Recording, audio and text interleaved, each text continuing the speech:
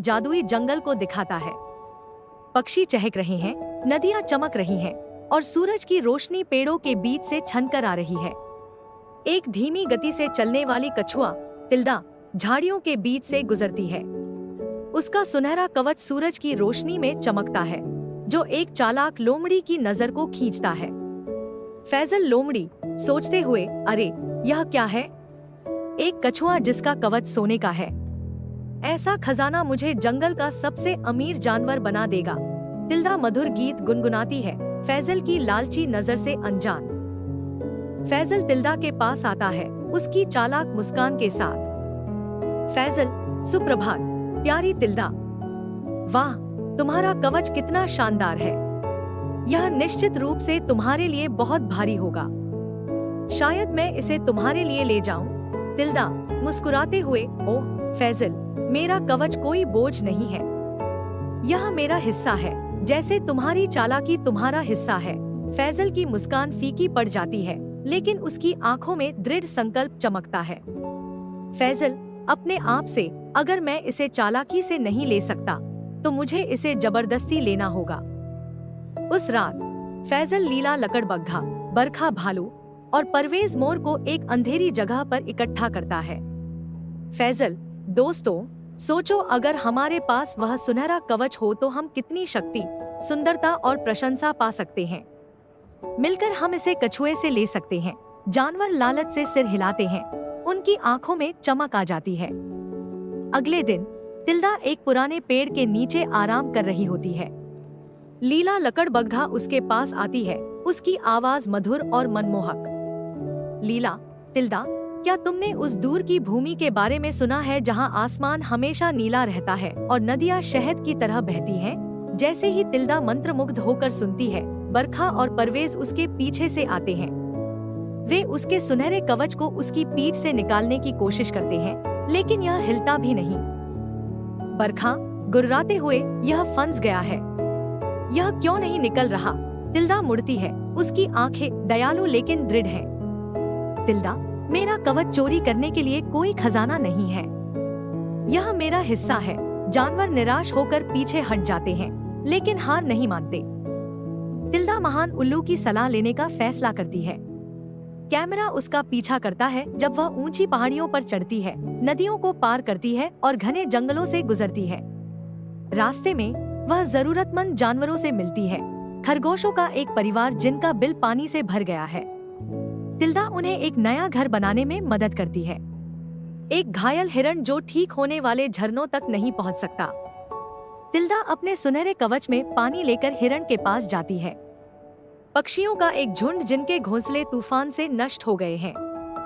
तिल्दा टहनियां इकट्ठा करती है और उन्हें फिर से बनाने में मदद करती है। हर एक अच्छे काम से उसका संकल्प मजबूत होता है, हालांकि उसकी यात्रा और थका देने वाली हो जाती है। विस्परिंग माउंटेन की चोटी पर महान उल्लू एक टेढ़ी डाल पर बैठा है, उसकी आंखें प्राचीन ज्ञान से चमक रही हैं।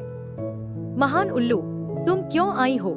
छोटी कछुआ, तिल्दा, मैं अपने कवच के जादू को समझना चाहती हूँ। लालची जानवर इसे मुझसे लेना चाहते हैं, लेकिन मुझे नहीं पता कि इसे कैसे बचाऊं, या यह इतना कीमती क्यों है। महान उल्लू अपने पंख फैलाता है और गहरी, गूंजती आवाज में बोलता है, महान उल्लू, तुम्हारा कवच सिर्फ सोना नहीं है तिल्दा, यह तुम्हारे दिल का प्रतिबिंब है, शुद्ध, निस्वार्थ और दयालु। इसका असली जादू इसकी चमक में नहीं, बल्कि इसकी अच्छाई में है। जो इसे जबरदस्ती लेना चाहते हैं, वे कभी इसकी शक्ति को नहीं पा सकते, क्योंकि यह केवल प्यार और दया के कर्मों से ही मिल सकता है। तिल्दा कृतज्ञता से सिर झुकाती है। तिल्दा, धन्यवाद बुद्धिमान उल्लू, अब मैं समझ गई हूँ। जैसे ही तिल्दा वापस जाती है, वह उन जानवरों से मिलती है जिनकी उसने मदद की थी। वे उसे लालची जानवरों से बचाने के लिए इकट्ठा होते हैं। खरगोश, हिरण और पक्षी, हम तुम्हारे साथ हैं तिल्दा। तुम्हारी दयालुता ने हम सभी को छू लिया है। जब फैजल, लीला, बरखा और परवेज तिल्दा का कवच लेने के लिए वापस आते हैं, तो उन्हें जंगल के जानवरों का एक संयुक्त मोर्चा मिलता है। तिल्दा आगे बढ़ती है, उसका सुनहरा कवच पहले से कहीं अधिक चमकता है। तिल्दा, अगर तुम चाहो तो मेरा कवच ले सकते हो, लेकिन यह जान लो कि इसका जादू तब तक तुम्हारा नहीं होगा जब तक तुम देना नहीं सीखोगे। लालची जानवर उसके शब्दों से विनम्र होकर शर्म से सिर झुकाते हैं। फैजल, हमें माफ कर दो तिल्दा, हम तुम्हारे कवच के असली जादू को नहीं देख पाए। जंगल एक सद्भाव वाली जगह में बदल जाता है। फैजल, लीला, बरखा और परवेज दूसरों की मदद करना शुरू करते हैं, तिल्दा के उदाहरण से प्रेरित होकर। तिल्दा का सुनहरा कवच पहले से कहीं अधिक चमकता है, सोने की वजह से नहीं बल्कि प्यार और दयालुता की वजह से। कैमरा जूम आउट करता है, जंगल को फलते फूलते हुए दिखाता है। तिल्दा नदी के किनारे बैठी है, उसके दोस्त उसके आसपास हैं। नैरेटर, और इस तरह तिल्दा कछुआ हमेशा खुशी से रही।